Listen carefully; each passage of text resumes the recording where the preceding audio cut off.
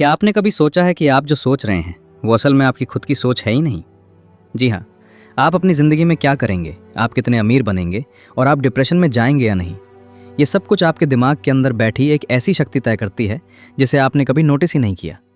और वो शक्ति है आपकी भाषा, यानी वो लैंग्वेज जो आप पैदा होने के बाद से बोल रहे हैं। आज दुनिया में पहली बार आप एक ऐसा सच जानने वाले हैं जो साबित कर देगा कि भाषा कोई बात करने का जरिया नहीं है, बल्कि इंसानी दिमाग को गुलाम बनाने का एक बहुत बड़ा पिंजरा है।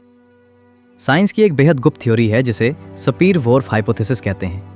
ये कहती है कि आप किसी चीज़ के बारे में तब तक नहीं सोच सकते जब तक आपकी भाषा में उस चीज़ के लिए कोई शब्द ना हो। उदाहरण के लिए, दुनिया में एक ऐसी भी जनजाति है जिनकी भाषा में कल यानी टुमारो या बीता हुआ कल जैसा कोई शब्द ही नहीं है। नतीजा जानते हैं क्या है? उनके दिमाग में टाइम का कोई कॉन्सेप्ट ही नहीं है। वो ना तो बीते हुए वक्त का पछतावा करते हैं और ना ही फ्यूचर की चिंता। वो सिर्फ आज में जीते हैं। उनके दिमाग के लिए टाइम जैसी कोई बीमारी है ही नहीं। अब जरा खुद को देखिए। हमारी भाषाओं में कल, भविष्य, चिंता और पैसा जैसे शब्द कूट कूट कर भरे हैं। हमारी भाषा ने हमारे दिमाग को टाइम के एक ऐसे चक्रव्यूह में फंसा दिया है जिससे चाहकर भी हम बाहर नहीं निकल सकते। हैरानी की बात तो यह है कि कुछ भाषाएं इंसान को अमीर बनाती हैं और कुछ गरीब। इकोनॉमिस्ट की एक रिसर्च में सामने आया कि जिन भाषाओं में फ्यूचर टेंस यानी भविष्यकाल बहुत मजबूती से बोला जाता है, जैसे इंग्लिश या हिंदी, जहां हम कहते हैं मैं कल करूंगा, वहां के लोग पैसे की बचत बहुत कम करते हैं।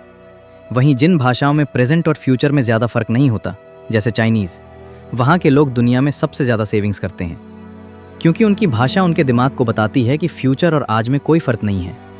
यानी जिस भाषा को आप अपनी पहचान मानते हैं, उसी भाषा ने आपके सोचने के तरीके को, आपकी पर्सनालिटी को और आपकी किस्मत को एक पिंजरे में लॉक कर दिया है। आप सिर्फ वही सोच सकते हैं जो आपकी भाषा आपको सोचने की इजाज़त देती है। अब आप सोचिए, क्या आप सच में आज़ाद हैं या आप अपनी ही भाषा के गुलाम बन चुके हैं? इस अदृश्य पिंजरे के बारे में आपका क्या सोचना है, कमेंट में ज़रूर बताएं। और अगर दिमाग की खिड़कियाँ खुली हों तो चैनल को सब्सक्राइब किए बिना मत जाना। मिलते हैं अगले वीडियो में।